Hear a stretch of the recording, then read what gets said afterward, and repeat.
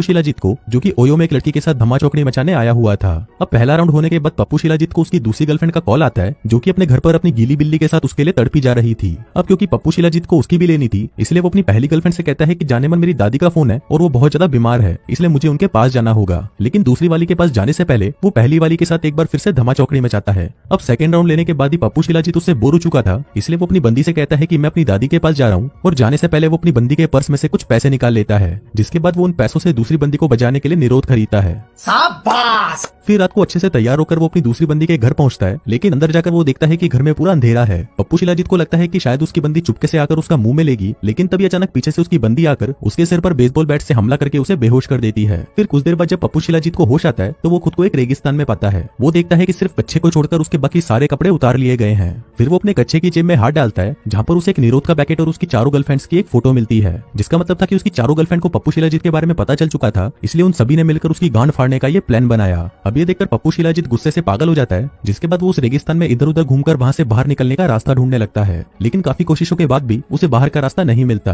अब काफी देर ऐसे ही घूमने से उसे हेलुसिनेशन होने लगता है, जिसकी वजह से वो रेत को ही पानी समझकर पीने लगता है। इसी दौरान उसके पास कुछ लड़कियों का एक ग्रुप आता है, जिसके लीडर का नाम होता है चंडाल चूची। अब वो सभी पप्पू शिलाजीत को जिस तरह घूर रही होती हैं, उसको देखकर उसे लगता है कि शायद वो उससे अपनी पिंकी पिटवाना चाहती हैं। इसलिए पप्पू शिलाजीत चंडाल चूची के पास आता है और उसे कहता है कि ये मुंह से अपना कपड़ा उतार और जल्दी से आकर मेरा मुंह में ले। अब ये देखकर वहीं पास में खड़ी एक लड़की पप्पू शिलाजीत के सर पर भाला मारकर उसे बेहोश कर देती है, जिसके बाद वो सभी लड़कियां पप्पू शिलाजीत को बांधकर अपने गांव ले जाती हैं। हम देखते हैं कि वो औरतें जिस गांव में रहती थी उस गांव का नाम चूची गांव था, और इस गांव में रहने वाली सभी औरतें ही थीं। यहाँ पर आदमियों को गुलामों की तरह रखा जाता था और औरतें उन पर हुक्म चलाती थी। आदमी यहाँ पर औरतों की सेवा किया करते थे और रात को उन्हें संतुष्ट किया करते थे, लेकिन अगर कोई भी आदमी उन्हें संतुष्ट नहीं कर पाता था तो ये औरतें उन्हें मारकर खा जाती थी। फिर गांव में ले जाकर पप्पू शिलाजीत को बाकी आदमियों की तरह एक पिंजरे के अंदर कैद कर दिया जाता है। अब ऐसे ही कुछ दिन बीत जाते हैं और फिर एक दिन पप्पू शिलाजीत के पास घोचूलाल नाम का एक आदमी आता है और वो उसे बताता है कि मैं एक साइंटिस्ट था और मैं यहाँ पर अपनी टीम के साथ इन लड़कियों पर रिसर्च करने आया था। दरअसल हम ये देखना चाहते थे कि ये औरतें हमारे छोटे पप्पू को 2-2 घंटों तक अपने मुंह में कैसे ले सकती हैं, लेकिन जब मेरी टीम वालों ने इन्हें मुंह में दिया तो ये औरतें चूसने की जगह उनका काट कर खा गई और फिर उन्हें जान से मार डाला। इसके बाद वो सभी औरतें मुझे भी मारने वाली थी, लेकिन यहाँ की एक प्रीस्ट ने मुझे इनसे खरीद लिया और मैं बच गया। फिर जाने से पहले वो पप्पू शिलाजीत से कहता है कि आज रात को यहाँ पर एक फेस्टिवल होने वाला है, जहाँ पर ये औरतें कुछ आदमियों की बलि देंगी।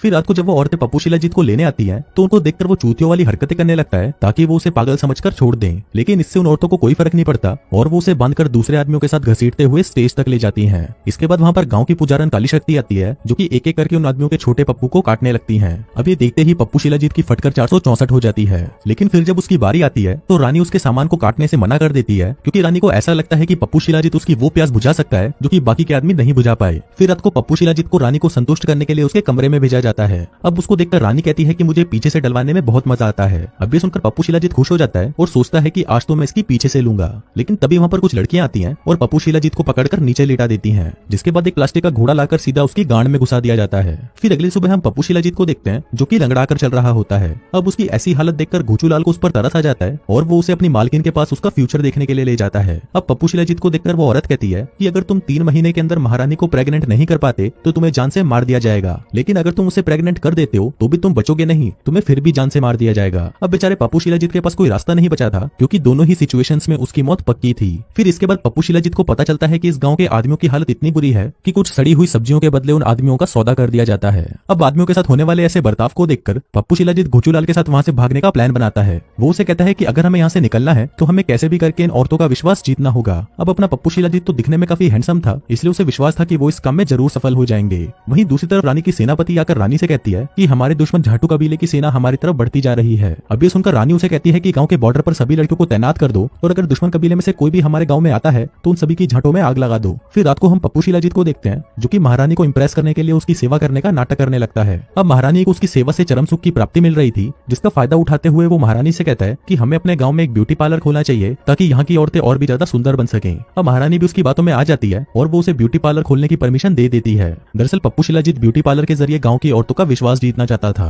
फिर अगले ही दिन पप्पू शिलाजीत और घोचूलाल मिलकर एक पुरानी सी बिल्डिंग को रेनोवेट करते हैं और उसे एक ब्यूटी पार्लर में बदल देते हैं। फिर कुछ देर बाद उनकी दुकान पर गांव की सबसे बदसूरत लड़की आती है, लेकिन इसके बाद भी पप्पू शिलाजीत और घोचूलाल मिलकर उसका ऐसा मेकओवर करते हैं कि वो बदसूरत से एकदम खूबसूरत आइटम बन जाती है। अब उसकी खूबसूरती को देखते ही गांव की बाकी औरतें भी पागल हो जाती हैं और वो सभी पप्पू शिलाजीत के पास आकर उनको भी वैसा ही खूबसूरत बनाने को कहती हैं। अब धीरे धीरे हम देखते हैं कि पप्पू शिलाजीत गांव की लड़कियों के बीच पॉपुलर हो जाता है और जो पैसा वो उन लड़कियों से कमाता है वो सारा पैसा वो महारानी पर उड़ा देता है ताकि वो उसे इंप्रेस कर सके। फिर एक दिन डिनर के दौरान वो महारानी से कहता है कि मैं आपको बहुत पसंद करता हूँ और मैं आपसे शादी करना चाहता हूँ, लेकिन महारानी उसकी बातों में नहीं आती और उसे कहती है कि मेरे से दूर रहो। वो कहती है कि तुम एक आदमी हो और तुम्हारी यहाँ पर कोई औकात नहीं है। इसी दौरान वहाँ पर एक औरत भागती हुई आती है और महारानी से कहती है कि ये बच्ची कुएं में गिर गई थी, हमने इसे बाहर निकाल तो लिया लेकिन ये होश में नहीं आ रही। अब ये देखकर पप्पू शिलाजीत जल्दी से उस बच्ची को पकड़कर उल्टा लटका देता है, जिससे उसका सारा पानी बाहर निकल जाता है और वो होश में आ जाती है। अब ये देखकर गाँव की औरतें बहुत खुश होती है और उसे इस गाँव का हीरो बना दिया जाता है। जिसके बाद अगले दिन हम देखते हैं कि पप्पू शिलाजीत को गाँव की औरतों से इज्जत मिलना शुरू हो जाती है और ऐसा पहली बार हो रहा था कि ये औरतें किसी आदमी को इतनी इज्जत दे रही थी।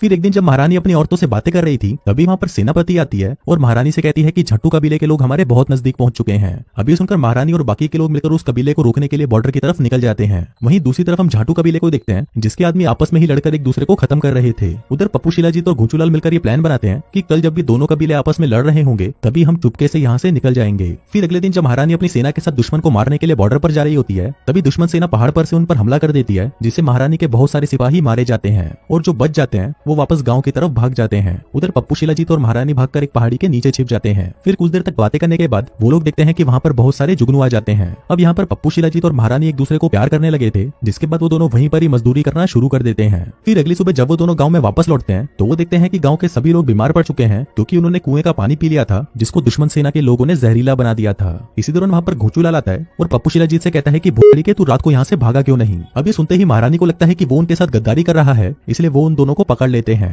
लेकिन फिर महारानी उसे मारने की बजाय उन दोनों को गाँव से बाहर छोड़ देती है। अब वो दोनों वहाँ से जा ही रहे थे कि तभी पप्पू शिलाजीत को एहसास होता है कि उन कबीले वालों को उनकी जरूरत है, इसलिए वो घुंचूलाल से कहता है कि हमें अपने कबीले में वापस जाना होगा। लेकिन घुंचूलाल उसे मना कर देता है और उसे कहता है कि तू चूतिया हो गया है। लेकिन अब पप्पू शिलाजीत उस कबीले में जाने का मन बना चुका था, इसलिए वो भागकर उस कबीले की तरफ जाने लगता है। वहीं दूसरी तरफ झाटू कबीले की सेना चूची कबीले पर हमला कर देती है और वो लोग उन औरतों को मारकर अपना गुलाम बनाने लगते हैं। वहीं चूची कबीले की औरतें अपना पूरा जोर लगाकर उनसे लड़ने की कोशिश करती हैं, लेकिन वो उन आदमियों से जीत नहीं पाती। अब वो सभी औरतें उन आदमियों के आगे हार मानने ही वाली थी कि तभी वहाँ पर सफेद घोड़े पर बैठकर पप्पू शिलाजीत आ जाता है, जिसके बाद वो झाटू कबीले के लीडर को लड़ाई के लिए चैलेंज करता है। अब वो लीडर भी उसका चैलेंज एक्सेप्ट कर लेता है, जिसके बाद वो दोनों लड़ाई करने लगते हैं। अब शुरू में तो पप्पू शिलाजीत कुत्ते की तरह मार खाता है, लेकिन फिर बाद में पप्पू शिलाजीत अपने पिछवाड़े का पूरा जोर लगाकर झाटू कबीले के लीडर को मार डालता है। फिर कुछ महीनों बाद हम देखते हैं कि चूची कबीले में सब कुछ ठीक हो चुका है और कुछ दिनों में उन लोगों को खबर मिलती है कि महारानी प्रेग्नेंट है और उनके पेट में जो बच्चा है वो पप्पू शिलाजीत का है। और जैसा कि उस पुजारन ने बताया था कि अगर उसने महारानी को प्रेग्नेंट कर दिया तब भी उसे जान से मार दिया जाएगा।